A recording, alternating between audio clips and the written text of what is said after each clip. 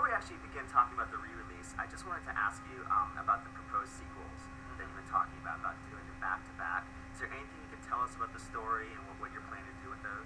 Well, look, I mean, I always planned to tell a story arc that played out over 2 or 3 or maybe even more films. And, that's something that I pitched to the studio 5 years ago when we were initially pitching Avatar. So there's no surprise that we're going on and working on that. I mean, there's still some deal stuff to be worked out, hopefully it'll get worked out. In terms of the content, I sort of leaked already that that I'm going to be focusing on the ocean environment as well as the rainforest environment on Pandora. But that's about all that's sort of public knowledge right now.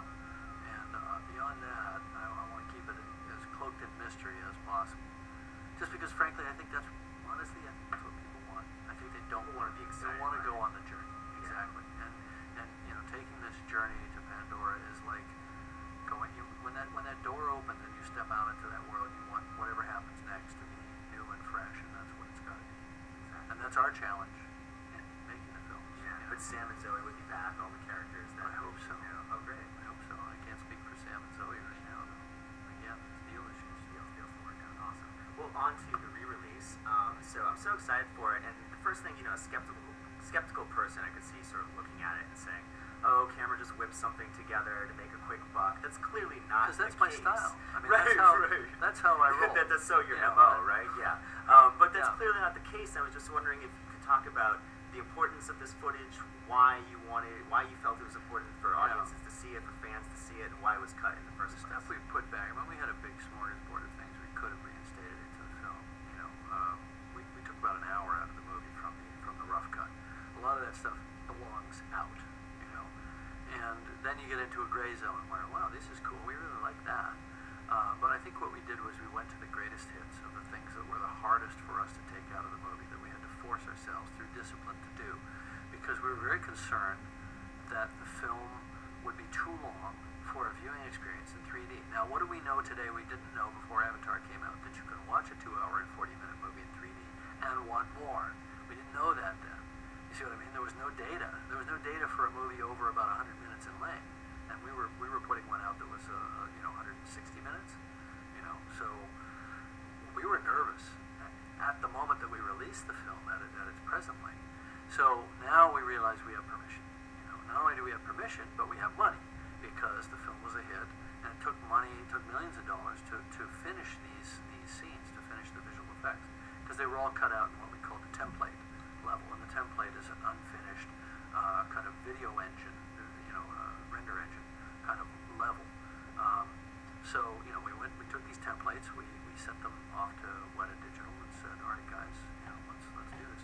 So over the last 3 months, we've been finishing all these shots. Just like it was funny, it was like a flashback to finishing the movie last year, and it was great to be working with the team again, but not under this kind of insane, crushing deadline pressure.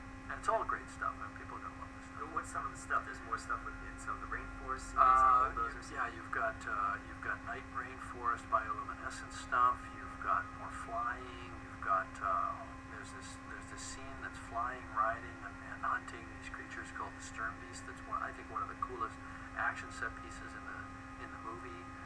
There's a little bit more battle. There's a little bit more to the love scene. There's a big emotional scene toward the end that's between the main characters that I think is the best CG close-up stuff in the film. Probably the best CG close-up stuff that's ever been done. Because it was done afterwards, so everybody had gotten better. That's terrific. Yeah. I mean, it's all stuff that was captured with the actors back in the day when we were shooting the main body of the film. But the visual effects still had just finished now. Yeah. I wanted to ask you, you wear so many hats on your film, especially this film.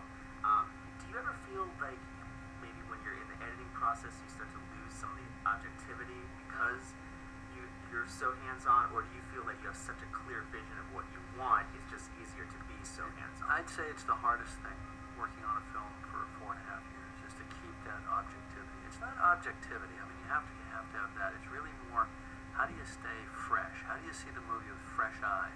And I constantly have to remind myself, the audience doesn't know this. I know it. I've seen this 100 times. the audience doesn't know it. So they're experiencing it. So what I do is it's like a therapy session. I talk to the other editors so much. Okay, this is the secret. This is how they're getting the information. They don't know this yet, so this is a surprise, and they're experiencing this for the first time. Let's open that up a little bit and because there's a problem when you're editing a movie, especially when you're under time pressure.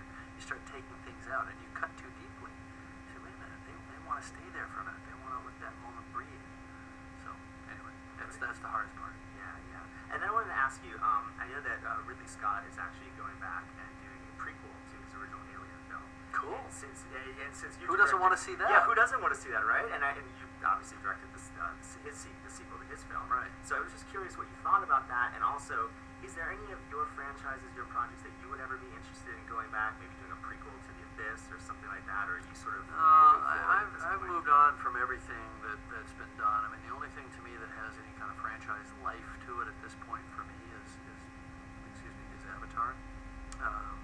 Titanic, we're going back and doing it in 3D, which is a little bit of a creative revision of history. We're not going to add anything to it. It's just going to be exactly the cut, but it'll be in 3D, so it'll be a different experience of the movie. But the other stuff, I don't feel the need. just moving forward now? Yeah. I mean, I had a choice when I was finishing Titanic to do another Terminator film, and it just didn't feel right. Yeah. So I've moved on from that. Great. And then last thing I wanted to ask you, I know you directed the fictional Aquaman film on Entourage, and now Warner Brothers is sort of getting their DC properties together. Yeah. If that came up, is that something you'd be interested in, or you're beyond superheroes? First of all, have you ever read an Aquaman comic? It's so bad. That costume is so bad. No, look, Aquaman was never. I mean, I never really liked DC comic heroes. I've only learned to like Batman, since Chris Nolan took over the franchise. I never liked them back in the day. I was a Marvel guy. It was Spider-Man.